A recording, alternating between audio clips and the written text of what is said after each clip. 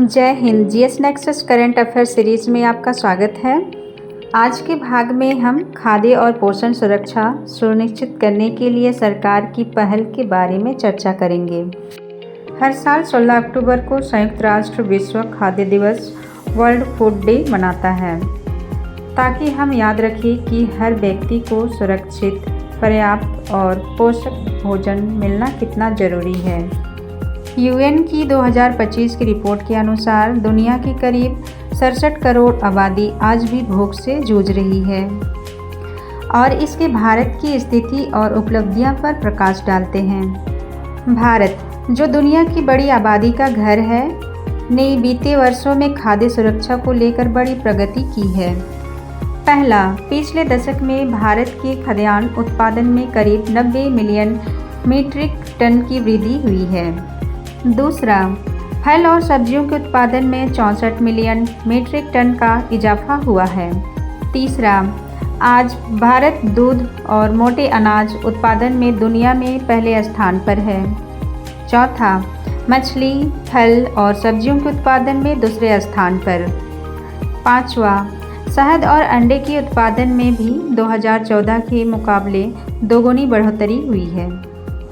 छठा, भारत के कृषि निर्यात भी बीते 11 वर्षों में लगभग दोगुने हो चुके हैं। खाद्य सुरक्षा का मतलब है हर व्यक्ति को हर समय सुरक्षित, पर्याप्त और पौष्टिक भोजन मिले, ताकि वह स्वस्थ और सक्रिय जीवन जी सके। इसका मतलब सिर्फ उत्पादन बढ़ाना नहीं, बल्कि समान वितरण भी सुनिश्चित करना है, और इसमें सरकार के प्रमुख पहले हैं। पहला, राष्ट्रीय खाद्य सुरक्षा मिशन। 2007-08 में शुरू किया गया यह मिशन धान, गेहूं और दालों के उत्पादन को बढ़ाने के लिए शुरू हुआ। 2014-15 में इसमें मोटे अनाज को भी शामिल किया गया।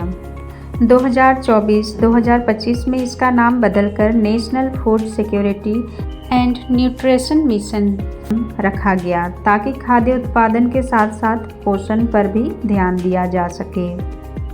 दूसरा, राष्ट्रीय खाद्य सुरक्षा अधिनियम। यह अधिनियम 81 करोड़ से अधिक लोगों को सस्ती दरों पर खाद्यान्न उपलब्ध कराता है। ग्रामीण क्षेत्र की 75% और शहरी क्षेत्र की 50% आबादी को इसका लाभ मिलता है।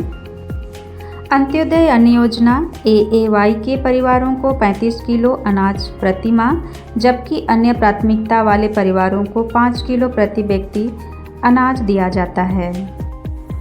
तीसरा, प्रधानमंत्री गरीब कल्याण अन्न योजना। कोविड-19 महामारी के दौरान शुरू हुई यह योजना अब अस्थायी रूप से जारी है। सरकार ने निर्णय लिया है कि 1 जनवरी 2024 से अगले 5 सालों तक सभी NFSA लाभार्थियों को मुफ्त अनाज दिया जाएगा।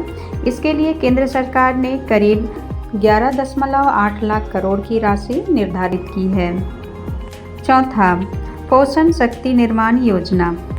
पहले इसे मिड डे मील स्कीम कहा जाता था। यह योजना सरकारी और सरकारी सहायता प्राप्त स्कूलों में 6 से 14 वर्ष के बच्चों को एक पौष्टिक गर्म भोजन उपलब्ध कराती है।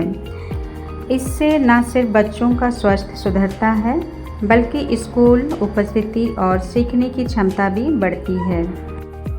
आज के लिए इतना ही। आगे की महत्वपूर्ण जानकारी के लिए जीएस नेक्सस के साथ जुड़े रहें।